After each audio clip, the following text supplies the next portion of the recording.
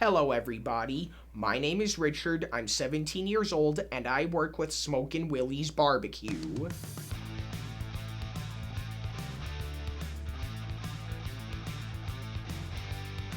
So there's a young man named Richard, and he told us at the very beginning he has a really strong interest in cooking. He's also a very dynamic person, so he's in a band.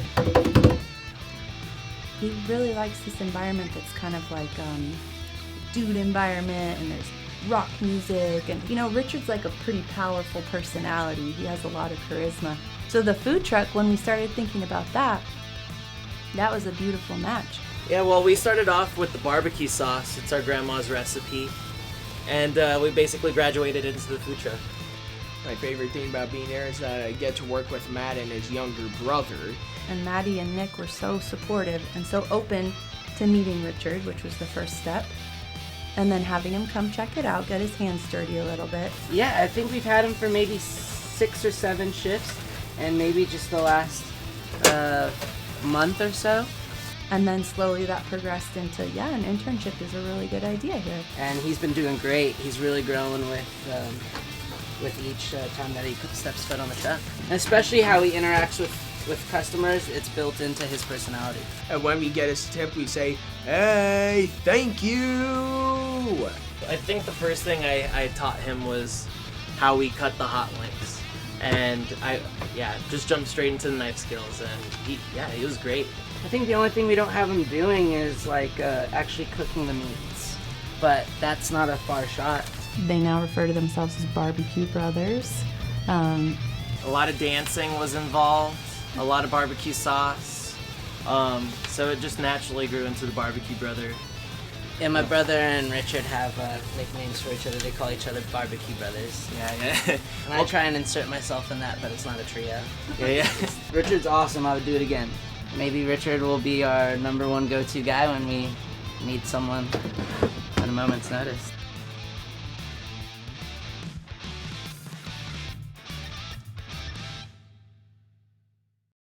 People's expectations for people with disabilities are often very low.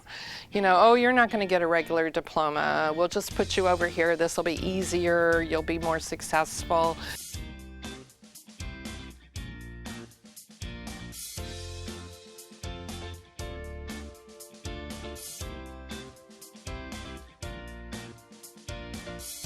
What drew me to this project, and I think what drew Jay Nolan to me, is the fact that I do relate to the subjects of this documentary.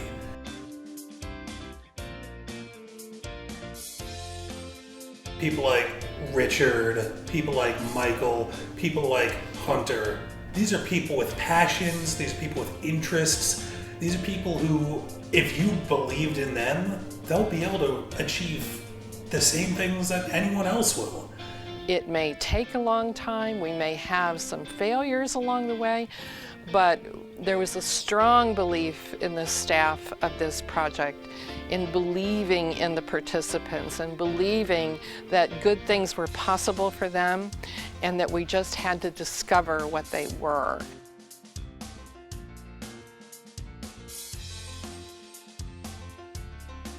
Hello, my name is Hunter Larkin, and I would like to give you a tour about the print shop I work at here called iStitch Print.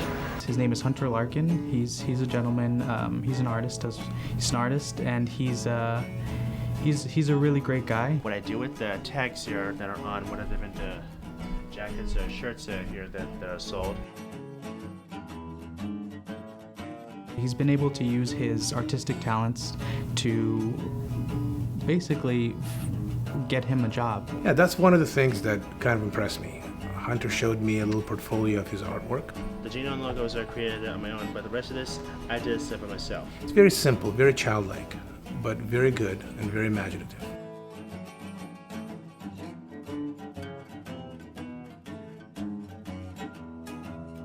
Helped me purchase this digital garment printing machine, which I use so I can print some of my artwork. It's it's a pretty expensive printer. It's like $20,000 printer. So Jay Nolan has a loan that that Hunter was able to access, so that he's paying back some of the money he was able to get the printer through a microenterprise loan.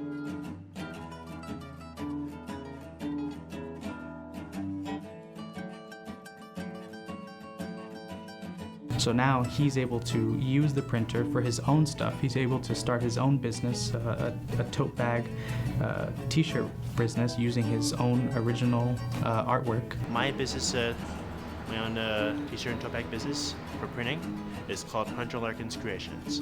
Hunter works very hard. Hunter is very reliable, very honest, and he's an asset to our company. Hunter's someone who his family really wanted the best for Hunter, but maybe they didn't necessarily know what was out there. So maybe traditionally they were saying, okay, well, there's a fast food restaurant right around the corner, so there's a job right there. And I think Hunter's happy that he didn't go that route.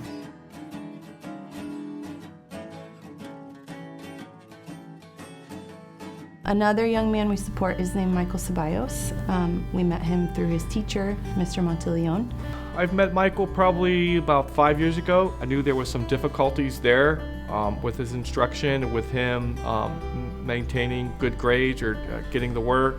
He had been transferred from one program to the next, and then finally one day I had the opportunity to have Michael enroll in our special day class. And with I like Michael always being able to cite statistics and weather, and he fit in really well with our group. And ever since then I've been working with Michael.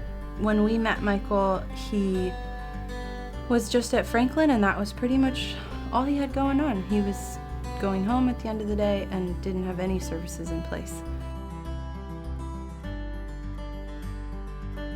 But he was a pretty strong advocate for the things he wanted to be happening. He wanted to get a job. He wanted to go to college. He wanted to graduate on stage.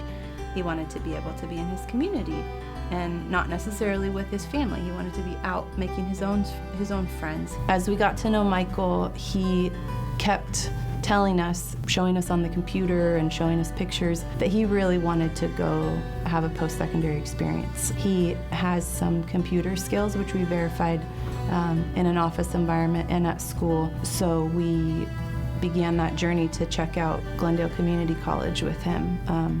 And for Michael, his story is really interesting because he didn't have any services in place. So that's also been part of the journey, is supporting him to figure out where his best options are to access what he needs to be successful. And one of the biggest things for him was transportation. They had Michael find the Green Light Travel Training. There was another agency they found. I know there's always concern and worry, but Michael's made it through. He knows the bus routes, he knows the metro. He can tell you the stops, the time they stop, and how long the bus takes to get from point A to point B. The first time he did the bus by himself, we made sure we walked to the bus stop with him. He got on the bus, and of course, thank goodness for technology, texting. So Michael would send me texts, I'm on the bus now, I'm halfway home, Monty, I'm home. Once Mom had seen that he was able to do it one time, that's when the door opened, and then Michael said, I'm going to do it again. I want to go to Glendale College by myself. I'm going to do this by myself. And I think Mom acquiesced, saying, okay, Michael can do it, and I'm going to start to let him go. But with Michael, it's interesting because his advocacy oftentimes is in writing. Like, he's a really good emailer, he's a good texter. He's one of those people that is looking at the time and you're supposed to be there at 10 and it's 10:02 and he texts you and he's like, Lily, you're not here yet. So I really admired that, and I didn't know that about him, and if I had met him one time, I wouldn't have known that necessarily. So the time that we had to get to know him was the magic. And the other day I was speaking with Michael and I asked him about how what was going. He said he had found a shortcut to his house. And I said, Michael, how did you find a shortcut to your house? He says, well, I did it in my brain. A really amazing moment with him was he shared my year of 2014 with us. He had written something about all the amazing things that had happened in that year. My Life of 2014 by Michael Martinez Ceballos. On graduation morning, it was my last time to see my friend at high school. Then I went outside to the football field, and the cloud is, look at this cloud.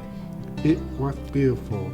When I get up, I'm walking on the stage and I pick up a diploma. Then in late June, I went to the Glendale Community College and I looked at what big college it was.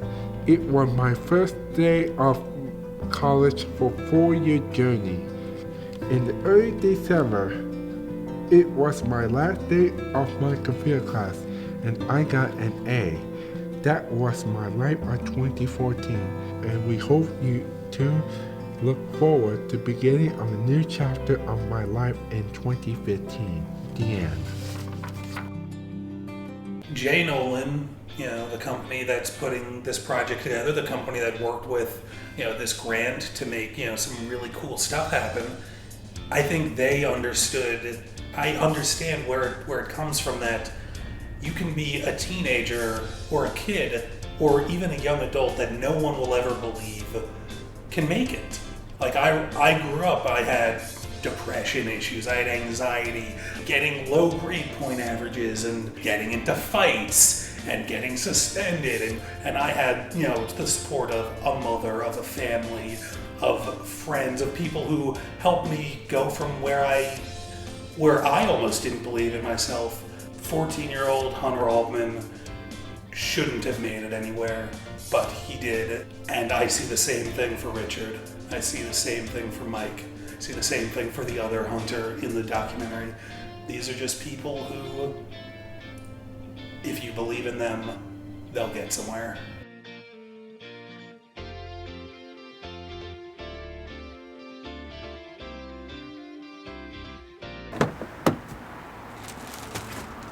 Today I will be demonstrating on how to make a pizza.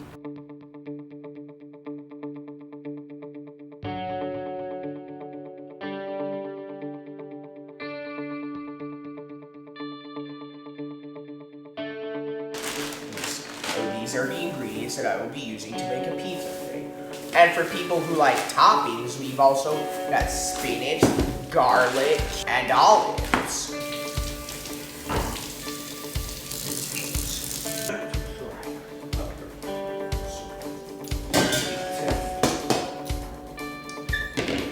So first you must have the pizza crust right here. Now it's time for us to make the sauce. Now if you're having some trouble taking it out of the can, just use a scoop to scoop it out. Now we can add some of the spaghetti sauce. Alright, so we mix the sauce in. This is my father's recipe for pizza sauce. Well, I decided what I wanted to cook when I was in middle school. Decided I wanted to start making meals for myself.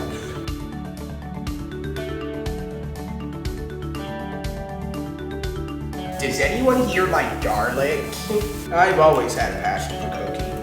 And you want to work in a restaurant, right? Yes, it's been my dream. Alright, so we got all the garlic peeled. It may take something strong to wash it off. I mean, well, you could try washing it off with soap and water, but I don't know what good that's gonna do to you.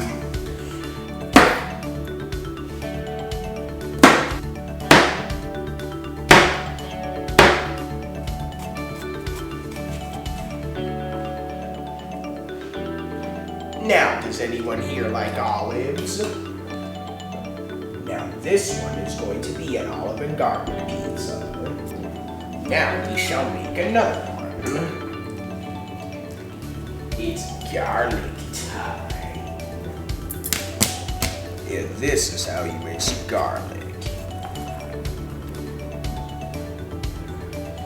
The same procedure as last time, spread out the olives. And now it's time for the spinach.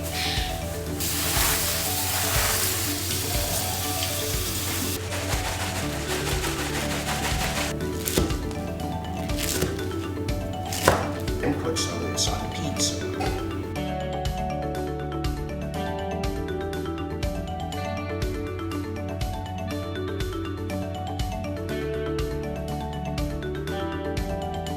This one came out just perfect.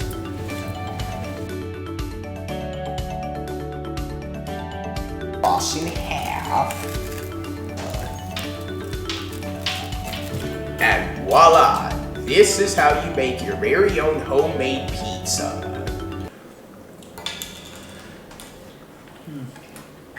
Hey, I must say, this is some delicious pizza. It's delicious. I know it. It's very good. I knew you'd like it. Well, thank you. One big thing I've been seeing like throughout this project is, like support and love is like being such a key component. I feel like, part of my support with Richard, I would like him to have full opportunity to experience everything that there is to experience. From the beginning, we visited schools together to make sure it would be the right school for Richard before he went to high school.